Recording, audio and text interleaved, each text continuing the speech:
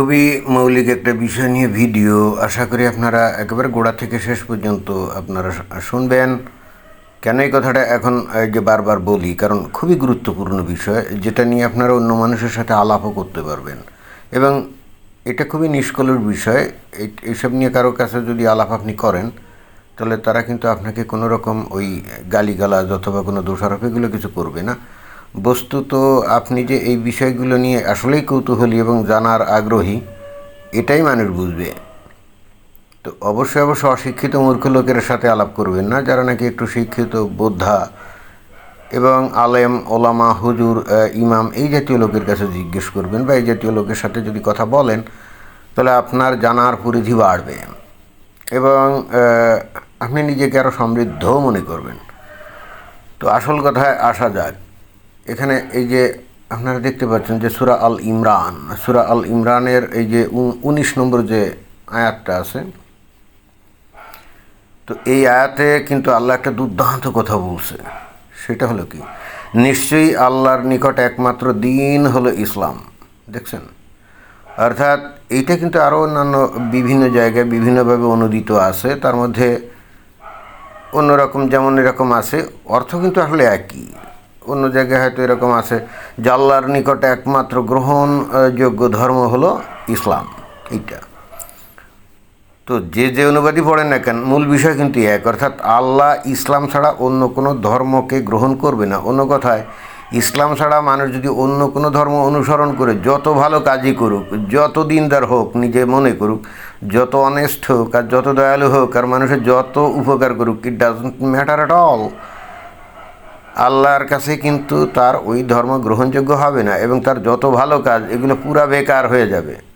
এই জন্যেই ওই যে বলা হয় না যে মাদাম তেরেসা, উনি একজন খ্রিস্টান ছিলেন, তাই না? উনি তো দিনহীন মানুষের জন্য অনেক উপকারী কাজ করে গেছেন। হাজার হাজার দিনহীন মানুষকে উনি পথ দেখিয়ে গেছেন, তাদের জীবন দিয়েছেন নতুন করে। অর্থাৎ তারা রাস্তাঘাটে ঘুরতো, এই ধরনের মানুষদেরকে উনি স্বাবলম্বী করেছেন। এটা তো সবাই জানে এবং এই জন্য এক পর্যায়ে তাকে নোবেল পুরস্কার দেওয়া হয়।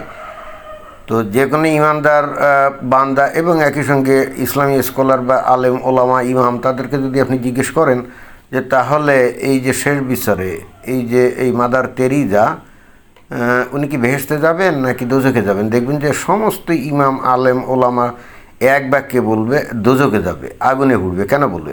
কারণ আফটারঅল উনি তো ইসলাম গ্রহণ করেন নাই, আর আল্লাহর কাছে একমাত্র গ্রহণযোগ্য ধর্ম হলো ইসলাম।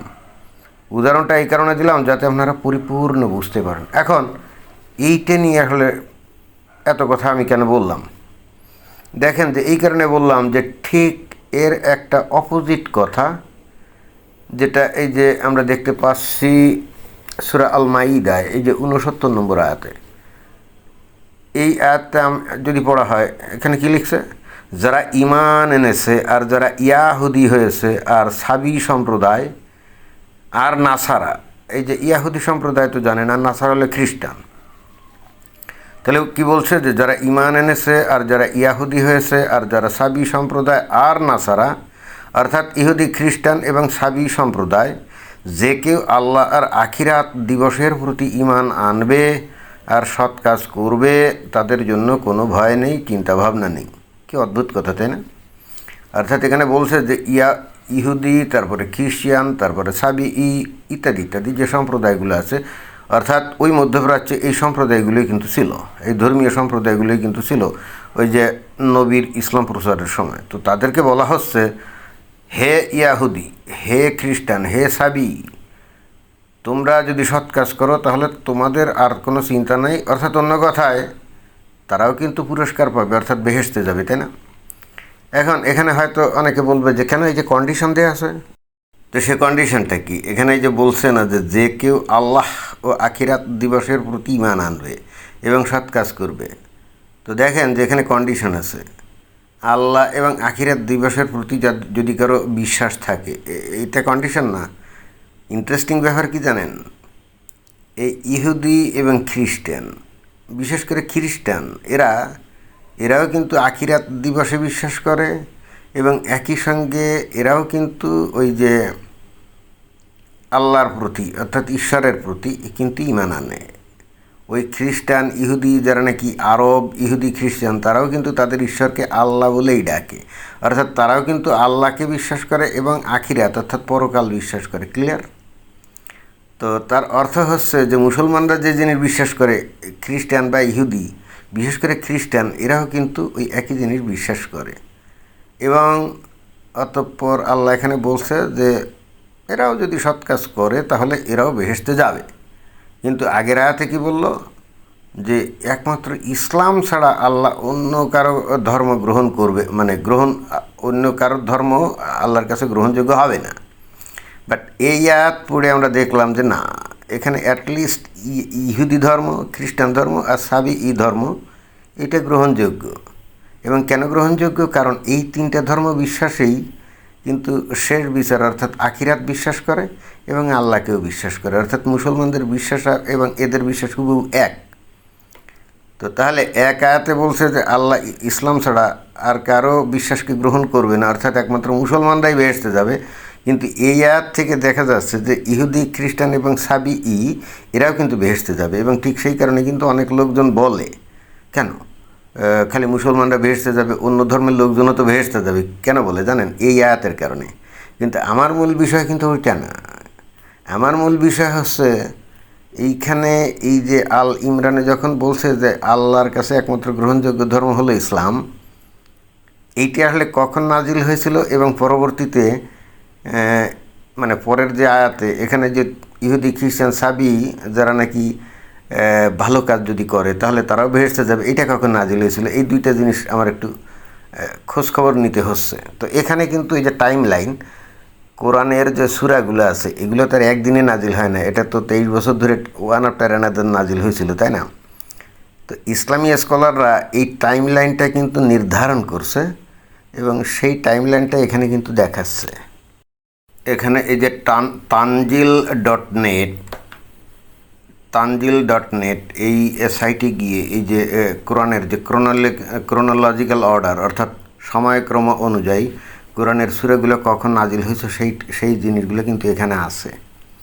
তো এই জন্য এটাকে একটু স্লো মোশনে চালাইলাম, যে দেখেন এই যে ক্রোনোলজিক্যাল অর্ডার অফ সুরাস, দেখেন এই যে সূরা আলাক, কালাম, এই যে ম্যাক্কান দেখছেন, মুজাম্মিল, মুদাসসির, ফাতিহা, মাসাদ, তাকবীর, আলা, লাইল, ফাজর, দুহা, এই যে দেখেন সব এই যে ডাইন পাশে এই যে ম্যাক্কান সূরা, অর্থাৎ নবী যখন মক্কায় ছিলেন তখন এই সূরাগুলো নাজিল হয়েছিল। দেখেন ওয়ান আফটার আনাদার, আবাসা, কাদির, শাম, বুরুজ, এই যে দেখেন কাফ, আল বালাদ, তারিফ, সাদ, আরাফ, জিন, ইয়াসিন, দেখেন সব ম্যাক্কান দেখছেন।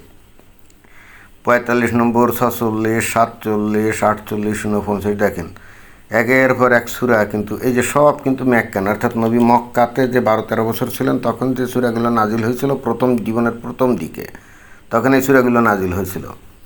এবং দেখেন এই যে 63, 64, 65, 66, এই যে আহকাব, আর দারিয়াত, ঘাসিয়া, তারপরে সূরা নাহল, নূহ, সূরা ইব্রাহিম, সূরা আম্বিয়া, সাজদা, তুর, মল্ক, হাক্কা, মারিজ, নাবা, নাজিয়াত, এই যে একেবারে 86 নম্বর এই মুতাফিফিন, এইটা ম্যাক্কান। এরপরে দেখেন মদিনায় গিয়ে সর্বপ্রথম সূরা আল বাকারা দেখছেন, অর্থাৎ এইটা মক্কার জীবনের পরে গিয়ে, অর্থাৎ নবীর ইসলাম প্রচারের 12-13 বছর পরে এসেই বাকারা নাজিল হয়। তারপরে আনফাল, তারপরে এই যে আল ইমরান।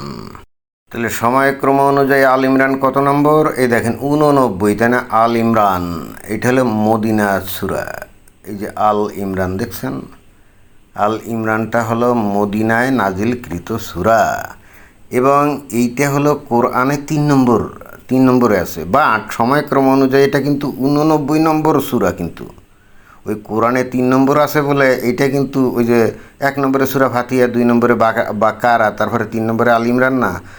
বাকারার পরে কিন্তু আল ইমরান নাজিল হয় না। আমি জানি না কতজনে এই জিনিসটা জানে, কিন্তু এখানে 89 নম্বরে আল ইমরান নাজিল হয়েছিল, মেদিনান সূরা মানে মদিনায় নাজিল হয়েছিল। ক্লিয়ার? এইবার আমাদেরকে দেখতে হবে যে ওই যে সূরা আল মাইদা, যে সূরাতে বলা হচ্ছে যে ইহুদি, খ্রিস্টান, সাবি তারাও বেহেশতে যাবে যদি সৎ কাজ করে, তাই না?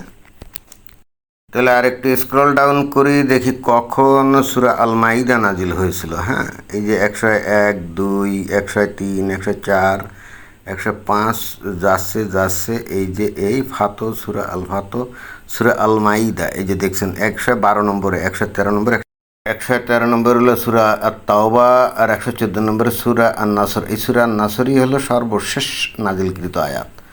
তাহলে সর্বশেষ নাজিলকৃত আয়াতের জাস্ট আগে সূরা আত তাওবা এবং তার আগে সূরা আল মাইদা, তাই না? এই যে মেদিনান সূরা, খেয়াল করে দেখেন, যেখানে 89 নম্বর সূরা হলো সূরা আল ইমরান, এরপরে 112 নম্বরে এসে সূরা আল মাইদা। তার মানে মিনিমাম 2-3 বছরের মাঝে পার হয়ে গেছে, তাই না? অর্থাৎ লাস্টের দিকে সূরা আল মাইদা। তো এর আগে মনে করেন 2 বছর আগে সূরা আল ইমরানে আল্লাহ বলছে যে আল্লাহর কাছে গ্রহণযোগ্য একমাত্র ধর্ম হলো ইসলাম। অথচ এরপরে 2 থেকে 3 বছর পরে এই যে সূরা আল মাইদা নাজিল হয় এবং সেখানে 69 নম্বর আয়াতে বলছে যারা নাকি ইহুদি, যারা নাকি খ্রিস্টান, যারা নাকি সাবি, যারা নাকি আল্লাহ ও আখেরাতে বিশ্বাস করে, তো এরা সবাই কিন্তু আল্লাহ এবং আখেরাতে বিশ্বাস করে, এবং এরা যারা নাকি সৎ কাজ করবে তাদের ভয়ের কোনো কারণ নেই এবং তারাও বেহেশতে যাবে। এটা কিভাবে সম্ভব? কারণ তারও 2-3 বছর আগে আল্লাহ না বলে দিল যে একমাত্র ইসলাম ছাড়া অন্য কোনো ধর্ম গ্রহণযোগ্য হবে না। তাহলে তার 2-3 বছর পরে এসে আল্লাহ যে বলছে যে না, ইহুদি, খ্রিস্টান এবং সাবি এই ধর্মের অনুসারীদেরকেও আমি গ্রহণ করব।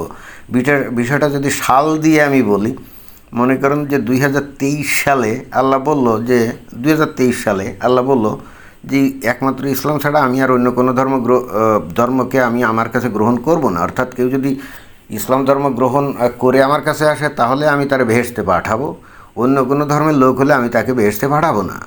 কিন্তু এটা হলো 2023 সালের কথা।